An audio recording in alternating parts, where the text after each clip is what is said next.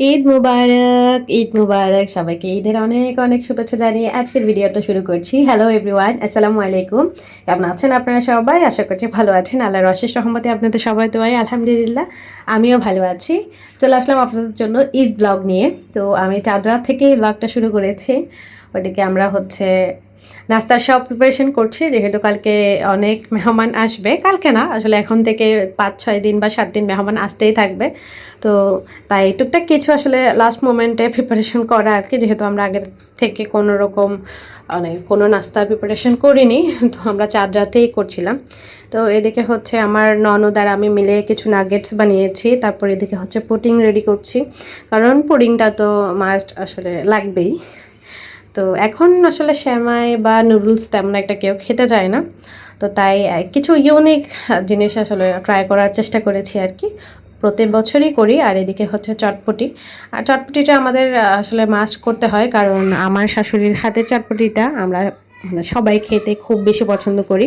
বা আমাদের আছে না যে পিচ্চি বাচ্চা কতগুলো, আমার দেওর আছে, ননদ আছে, ওরা খুব বেশি পছন্দ করেন। তো তাই এগুলো করতে হয় মোটামুটি। আসলে মানে হয় না যে ঈদ মানে তো আনন্দ।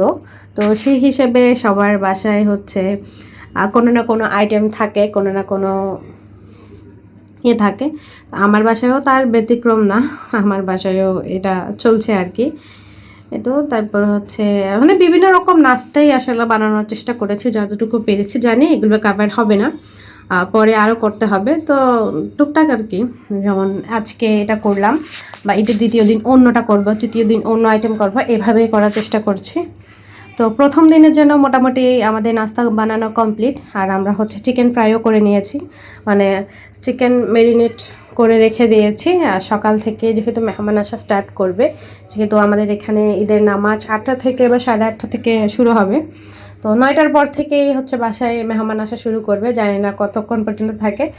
প্রত্যেকবার তো 11টা-12টা পর্যন্ত মেহমান আসে, একদম মানে খাওয়ারও সময় পায় না, এরকম একটা মানে আসলে ঈদের দিন বলে কথা, আল্লাহর একটা অশেষ রহমত থাকে।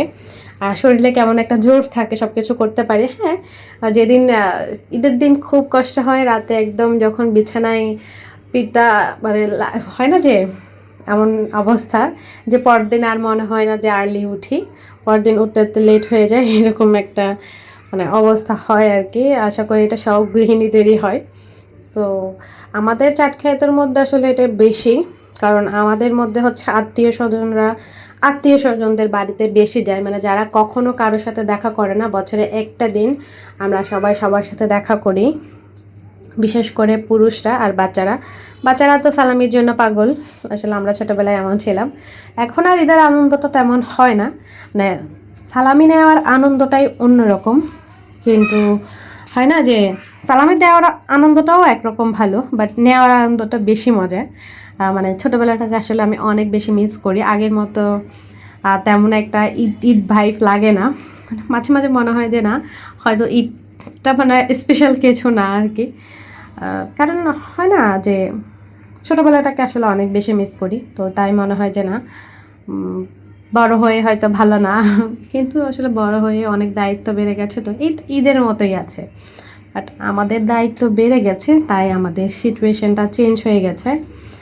তো বাচ্চাদের জন্য আসলে এখনও ঈদের আনন্দ আছে। আমরা যারা বড়রা বলি, এটা কিন্তু আমরা একদমই ভুল বলি যে ঈদের এখন সে আগের মতো আনন্দ নেই। ঈদ কিন্তু আগের মতোই আছে, আমরা আনন্দ করতে পারছি না, যেহেতু আমাদের বয়স বেশি হয়ে গেছে। মানে ছোটোবেলায় একটা, আর বড় হয়ে একটা, বয়স্ক হলে একটা, মানে 3টা স্টেপ তো থাকে। 3টার মধ্যে আমরা যেহেতু মধ্যম বয়সে চলে এসেছি, এখন আমাদের বাচ্চারা আনন্দ করবেন, ওদের জন্য ঈদ আগের মতোই আছে, ওরা আগের মতোই মজা করে। এখনও আগ্রহ নিয়ে বেশিরভাগ বাচ্চারা আসে, যে ওরা না যে সালামির জন্য বসে থাকে। আর বড়রা যারা আছেন, ওদেরকে তো আর সালামি দিয়ে কাবার করা যায় না, কিন্তু ওদের জন্য একটু ভালো নাস্তার আয়োজন করার চেষ্টা করি, যাতে ওরা তৃপ্তি সহকারে খেতে পারে। ওই চেষ্টাটাই আসলে সবসময় করি, যাতে বড়রা আসলেও মানে সালামি দিতে নাই পারলাম, কারণ বড়দেরকে আসলে সালামি দিয়ে কাবার করা যাবে না, কিন্তু ওদেরকে খাবার খাইয়ে সন্তুষ্ট করতে পারি আলহামদুলিল্লাহ। যাই হোক, আপনাদের সাথে বকবক করতে করতে অনেক নাস্তাই তৈরি করে নিলাম। আরও অনেক কিছু করেছি অফ ক্যামেরায়, যেটা আপনাদের সাথে শেয়ার করতে পারিনি। আসলে অত কিছু শেয়ার করা সম্ভব না। চাঁদ রাত মানেই তো বুঝতেছেন ব্যস্ততা, এমন একটা ব্যস্ততম সময় পার করেছি আমি, মেহেদি দেওয়ারও সময় পাইনি। অবশ্য আগের দিন দিয়ে দিতে চেয়েছিলাম, কিন্তু আগের দিন আমার একটু জরুরি কাজে আমার শপিংয়ে যেতে হয়েছে। আপনাদের ভাইয়ার একদমই শপিং হয়নি ওই সময়টা, তো আপনাদের ভাইয়াকে নিয়ে গিয়েছিলাম ওর শপিং করিয়ে দিতে। মানে হয় না যে আমরা নিব, ও নিবে না, এটা কেমন জানি ভাল লাগছে না। তো আসলে আমার হাজব্যান্ডের জন্য ঈদের স্পেশাল কোনো জামা নেই, কারণ ও সব সময় জামা কিনে, বা আমরা সবাইও কিনি। তারপরও হয় না যে ঈদ উপলক্ষে আসলে কিছু তেমন একটা কেনা হয় না। তো তাই ওকে নিয়ে আমি বেরিয়েছিলাম। আর ও তো খুবই অসুস্থ, কিন্তু তারপরও আমি নিয়ে গিয়েছি ওকে জোর করে, যে আসো, মানে নিজের ভাল লাগবে, আমার নিজেরটা আমি ফিল করছি আর কি। আমার যখনই বেশি আমি অসুস্থ থাকি বা আমার জ্বর ওঠে, আমার মনে হয় যে আমি একটু বাইরে যাই, ঘুরি, খাবার খাই, হয়তো আমার মানে ফ্রেশ লাগবে, হালকা লাগে। তো আমি অলওয়েজ এটাই করি, মানে আমার হাজব্যান্ড আমাকে করায়। আমার যখনই আমি বলি যে আমার খারাপ লাগতেছে, আমার খুব বেশি জ্বর আসে, তখন আমি যখন একটু মানে ভালো হই, শরীর দুর্বল বাট আমার জ্বরটা নাই, আমার হাজব্যান্ড আমাকে নিয়ে চলে যায় ঘোরানোর জন্য। তো এটা আমি খুব ভালো ফিল করি। যাই হোক, এখন সুন্দর করে ঘরটাও ডেকোরেশন করা হয়েছে, তো আপনাদের সাথে একটু শেয়ার করলাম। তো আমার ননদ খুব সুন্দর করে ঘরটাকে সাজিয়ে গুছিয়ে নিয়েছে। ও আসলে বেশি এফোর্ট দিয়েছে আর কি, আমি ওকে হেল্প করেছি, কারণ আমার তো কিচেনে থাকা লাগছে, যার কারণে ওকে কিছুটা হেল্প করেছি, বাকিটা ওই এফোর্ট দিয়ে করেছে আর কি, বিশেষ করে। আর মানে আমাদের আসলে কোনো কাজ আমরা একা করি না, সব কাজ আমরা মিলেমিশে করি, তাই আমাদের জন্য সহজ হয়। অনেকেই দেখি যে কয়েকদিন ধরে নাস্তা বানিয়ে ফ্রোজেন করে রাখে, বা অনেক মানে একা হাতে আসলে কষ্ট করলে যা হয় আর কি, অনেক কিছু অনেক দিন ধরে প্রিপারেশন করতে হয়, বাট আমাদের সেটা নাই আলহামদুলিল্লাহ, আমরা সব কিছু সবাই একসাথেই করি। যাই হোক, আমার মানে আমাদের ডাইনিং রুমটা বা বসার ঘরটা তো আপনাকে দেখিয়ে দিলাম। এখন চলে আসলাম আমাদের বেডরুমে। আর আমার বেডরুমটা আমি একদম সাদামাটাই গুছিয়েছি। প্রথমে তো দেখতেই পেলেন আমার রুমটা কি একটা বাজে অবস্থা হয়েছিল, তো ওইটাকে আগে গুছিয়ে নিলাম, আগে বেডশিটটা চেঞ্জ করে নিলাম, আর এখন হচ্ছে পর্দাটাও চেঞ্জ করলাম। দেখলাম যে পর্দাটা কেমন একটা বেখাপ্পা বেখাপ্পা লাগছে, আমার ভালো লাগছিল না। তাই এখন ম্যাচিং করে পর্দাটাও লাগিয়ে দিলাম। তো আমার রুমের ফাইনাল লুক আপনাদের সাথে একটু শেয়ার করি, রিলসে চলুন। তো আমি এভাবেই মানে অল্প স্বল্প গুছিয়েছি, বিশেষ করে আমার ওভারড্রের মানে উপরেই আমি গুছিয়েছি, কারণ ওভারড্রফটা হচ্ছে যে মানে হয় না যে সবসময় জিনিসপত্র এনে সব কিছু এখানেই রাখি, তো এখানে আমি একদম সিম্পল রাখার চেষ্টা করেছি। এখানে রেখেছি হচ্ছে জায়নামাজ, যেগুলো আমাদের সবসময় লাগে, আর হচ্ছে একটা ফুলদানি রেখেছি, ফুলদানিটা আজকেই কিনে এনেছিলাম, তো এটা আজকেই রেখেছি। খুব সুন্দর লাগছে, আমার থেকে মানে সিম্পলি খুবই ভালো লেগেছে, তো আমি এটা নিয়ে নিলাম। আর একটা বক্সে করে খেজুর রেখেছি, যাতে সকালবেলায় নামাজ পড়তে যাওয়ার সময় আপনাদের ভাইয়া খেয়ে যেতে পারে, যেহেতু খেজুর খাওয়া সুন্নাহ, তো ওর জন্য কিছু খেজুর আমি রেখেছি। আর এদিকে হচ্ছে আমার মোমবাতিটা ছিল, আর এটা মেহেদি রেখেছিলাম, জানি না কখন দেব, একটা অর্গানিক মেহেদি আমার বোন পাঠিয়েছিল আমার জন্যে। আর হচ্ছে আমার ক্যামেরা স্ট্যান্ডটা তো আছে, যেহেতু আমরা একটু ব্লগ করি। আর এই তো দিনের বেলাটা আমাদের ঘরটা ঠিক দেখতে এমন লেগেছে, এটা তো আমি আপনাদেরকে রাতের বেলা শেয়ার করেছি। এদিকে এত আলো আসে আসলে মানে চোখ ব্যথা হয়ে যায়, তো তাই পর্দা দিয়েছিল। তো আমি আপনাদেরকে দেখানোর জন্য একটু পর্দাটা সরিয়ে নিলাম আর কি, কারণ না হলে ক্যামেরাটা কেমন যেন ব্লার হয়ে যাচ্ছিল। তো আমাদের রুমটা, আমাদের হচ্ছে টেবিলের কাভারটাও হচ্ছে পর্দার সাথে রাখার চেষ্টা করেছে, মানে থিমটা একই রাখার চেষ্টা করেছে আর কি। সব কিছু হচ্ছে মেরুন আর হোয়াইটের মধ্যে, শুধু লাইটটাই আনতে পারিনি, কারণ ওইটা আসলে আমাদের এটাই ভালো লাগছিল ওই সময়টা, তো যার কারণে এটাই নেওয়া হয়েছে।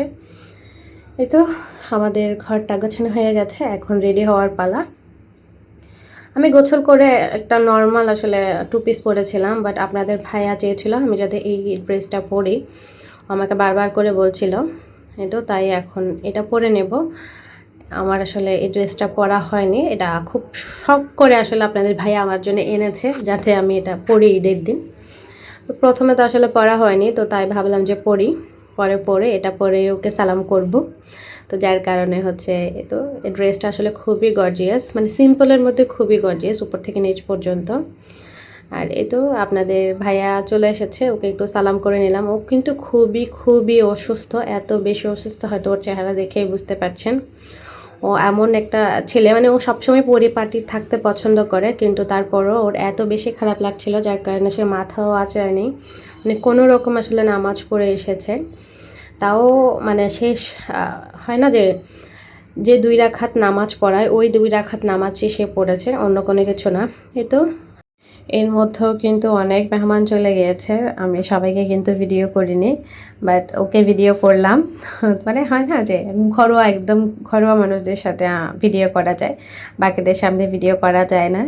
আর সবগুলো নাস্তা যেগুলো সাজিয়েছিলাম সবগুলো ওকে প্লেটে করে দিলাম, যেহেতু ও একজন, তো ওকে প্লেটে করে সুন্দর করে সাজিয়ে দিলাম। আর এদিকে আমার 2 ছেলেও পাঞ্জাবি পরে আসলে নামাজ পড়তে গিয়েছে, পরে অবশ্য আমার ছোট ছেলে খুলে ফেলেছে। মানে সে হয় না যে বাচ্চা মানুষ আর কি, অনেক সময় তাড়াহুড়ো করে নোংরা করে ফেলে খাবার খেতে গিয়ে, তো আমি ওকে ওর পাঞ্জাবিটা খুলে দিয়েছিলাম পরে। তো আমার আব্বু এসেছিলেন, আমার আব্বুও চলে যাচ্ছে। আসলে আব্বুকে যখন নাস্তা দিচ্ছিলাম তখন খুব তাড়াহুড়ো ছিল, আরও কিছু মেহমান ছিল যার কারণে ভিডিও করিনি। আর এটা হচ্ছে আমার ছোট ফুফি শাশুড়ির হাজব্যান্ড। তো দেখতে দেখতে আজকের ভিডিওর শেষ পর্যায়ে চলে এলাম। আজকের ভিডিওটা কেমন লাগলো অবশ্যই একটা কমেন্ট করে জানাতে ভুলবেন না। আবারও সবাইকে ঈদের অনেক অনেক শুভেচ্ছা, ঈদ মুবারক, সবার ঈদটা ভালো কাটুক এই দোয়াই করি। আজকের মতো বিদায় নিচ্ছি, সবাই ভালো থাকবেন, সুস্থ থাকবেন, আমার পরিবারের সকলের জন্য দোয়া রাখবেন। আল্লাহ হাফেজ, আসসালামু আলাইকুম।